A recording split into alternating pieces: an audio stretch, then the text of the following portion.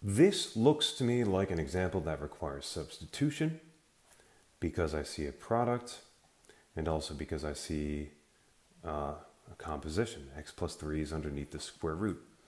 However, if I think about this a little bit, generally it's good practice to let u be whatever is underneath the square root or whatever's inside of whatever function or whatever.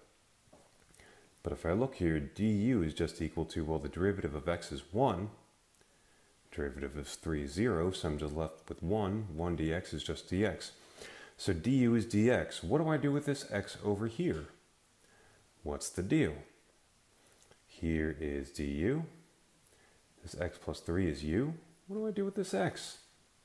Well, you might say, hey, look, I've got this equation here that relates u and x to each other. Can I possibly solve that for x and get x is equal to u minus 3 and plug that in? Well, turns out the answer is yes, you can do that. So I can replace x with u minus 3. I get the integral of u minus 3 times the square root of u du. And let me replace square root of u with u to the 1/2 du.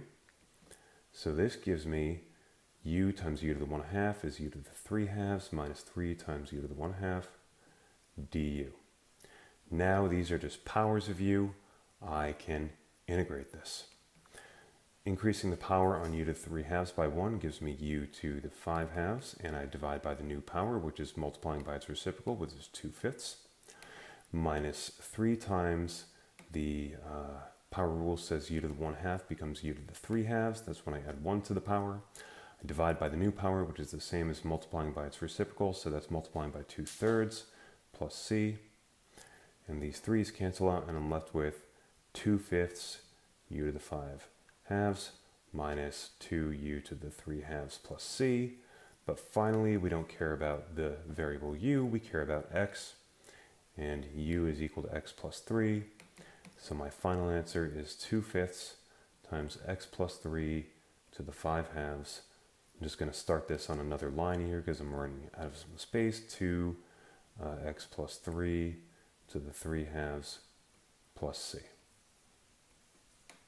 One of my favorite things about substitution, if one can really have favorite things about substitution, I do though, is that it helps us evaluate the integrals of some functions whose integrals we don't know, but that we feel like we should know. For example, the integral of tangent. Tangent does not appear on the right-hand side of our derivatives table. We don't know a function off the top of our heads whose derivative is equal to tangent. So we haven't dealt with it yet. But now we can. Because tangent we can write as sine over cosine, and this looks like something where I can do a substitution. Because I have a function cosine, which is in the denominator, and its derivative, or pretty much its derivative, sine, is in the numerator. So if I let u be cosine of x, then du is negative sine of x dx. I can put the negative on the other side to get negative du is equal to sine of x dx. So sine of x dx I replace with negative du, and cosine I replace with u, giving me a negative 1 over u du. And I can integrate that. The integral of 1 over u is the natural logarithm of the absolute value of u, so I get negative log absolute value of u plus c. Replacing u with cosine, I get negative natural log of the absolute value of cosine of x plus c. Now people usually prefer to write it in a slightly different way, which is the following. We will note that we have this logarithm law, which says that if I have a negative of a logarithm, that's the same thing as the logarithm of the reciprocal. So I can replace this with the positive logarithm of the absolute value of 1 over cosine of x plus c. And of course, 1 over cosine of x is secant. So what we get at the end of the day is that the integral of tangent of x dx is the natural log of the absolute value of secant of x plus a constant. This is something we know now. So you are responsible for knowing this fact. I don't mean knowing how to derive the fact, although it's worth knowing how to derive it, but you do need to know that the antiderivative of tangent is the natural log of secant of x. Okay, so in this example, I'd like to show that sometimes you might have to do more than one substitution. I mean, the fact is that this example, you could get away with just doing one substitution, but sometimes you might not immediately see the correct way to go about doing things. So you start doing things sort of piece by piece, and you end up doing two substitutions. That's okay. So here, what do I see going on? I see a lot going on. So I don't know exactly where to start, but one thing I do notice is I've got x squared here and here, and I've got 2x there. So hey, x squared is inside, well, two different functions, and its derivative is there. So my first instinct might be to say, let's let u be equal to x squared. And let me switch markers. So then du is equal to 2x dx. Great, here's u, and this are going to make up du. So my integral becomes the integral of tangent of u times secant squared of u du.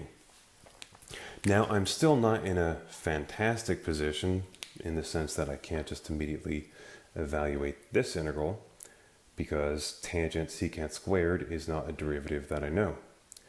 However, yet again, I do see a function that I know and its derivative. I see tangent and I see secant squared.